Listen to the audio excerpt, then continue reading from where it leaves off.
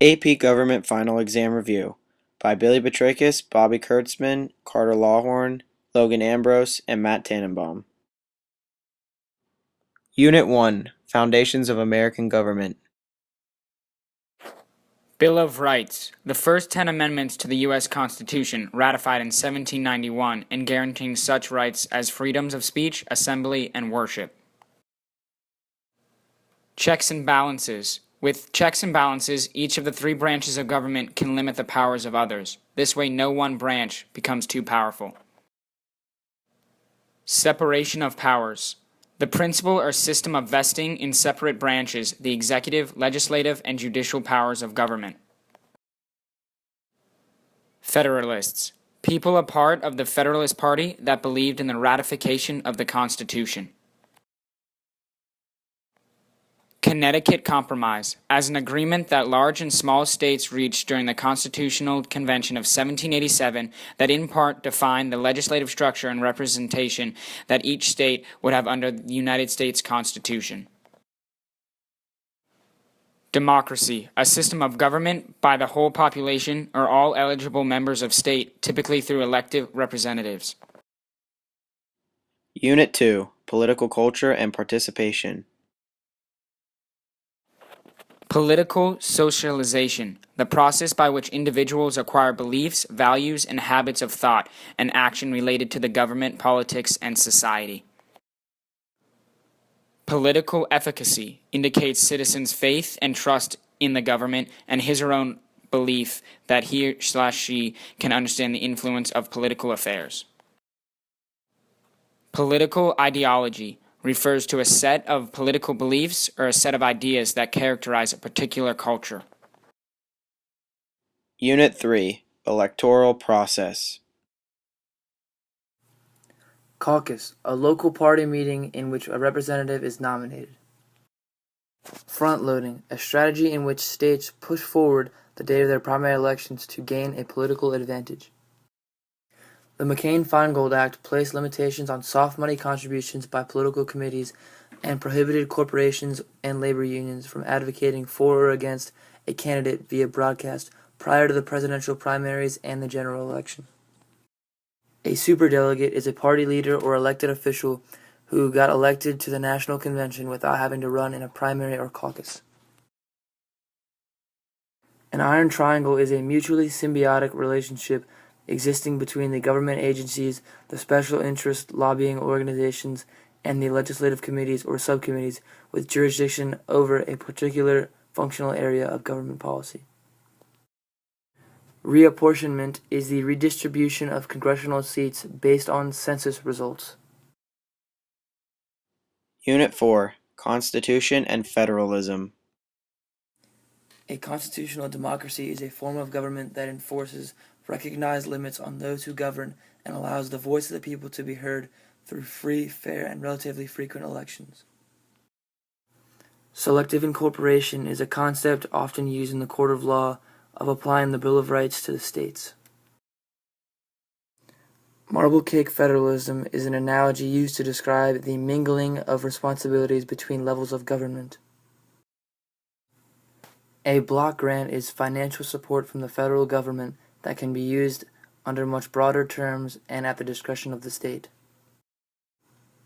A categorical grant is financial support from the federal government that must be used for a specific purpose. Unit 5, Executive Branch. Discretionary spending. Discretionary spending is a spending category through which governments can spend through an appropriations bill. This spending is optional as part of fiscal policy, in contrast to entitlement programs for which funding is mandatory. Entitlement programs.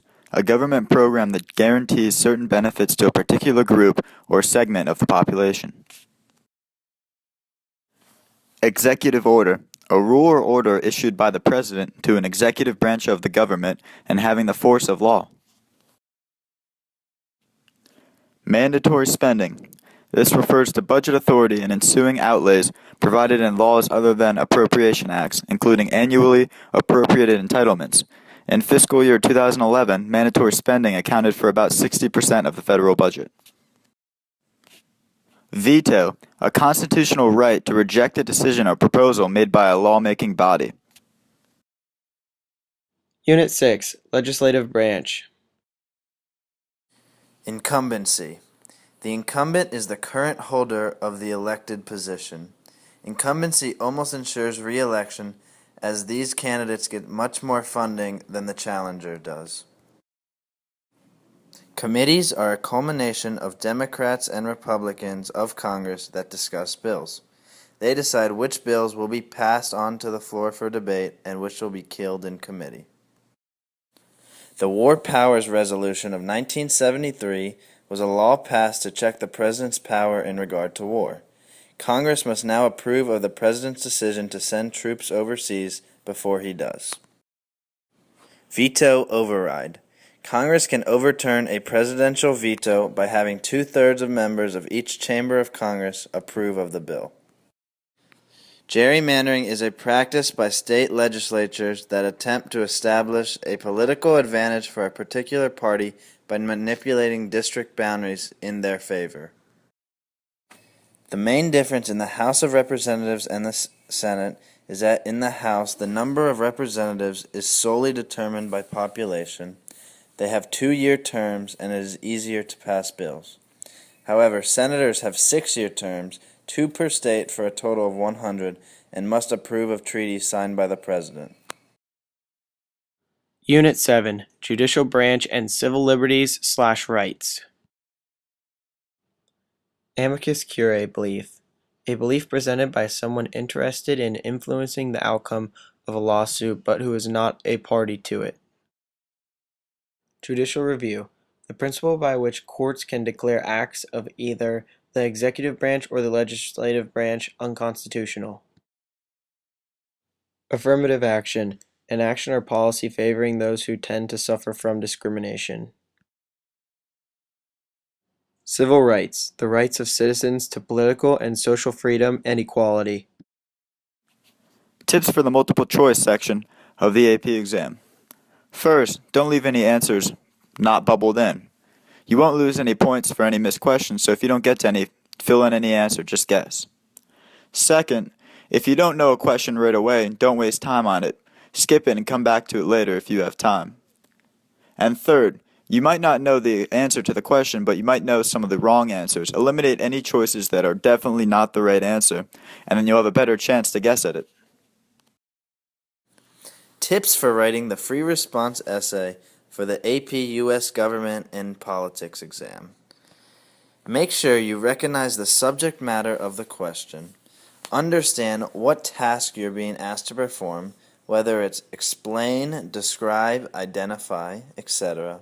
And be sure to label each part of your essay with A, B, C, etc. Strategies to approach the essay is to read the question carefully, brainstorm your ideas, organize your ideas and outline your essay, write the essay, reread the question and your essay in its entirety to ensure you have fully answered the question being asked, and finally proofread for grammar, spelling, and punctuation errors, as these minor errors will make your essay look poorly. Finally, it is better to write more than less. The readers are looking for the right answer. Therefore, any wrong answer will just be ignored,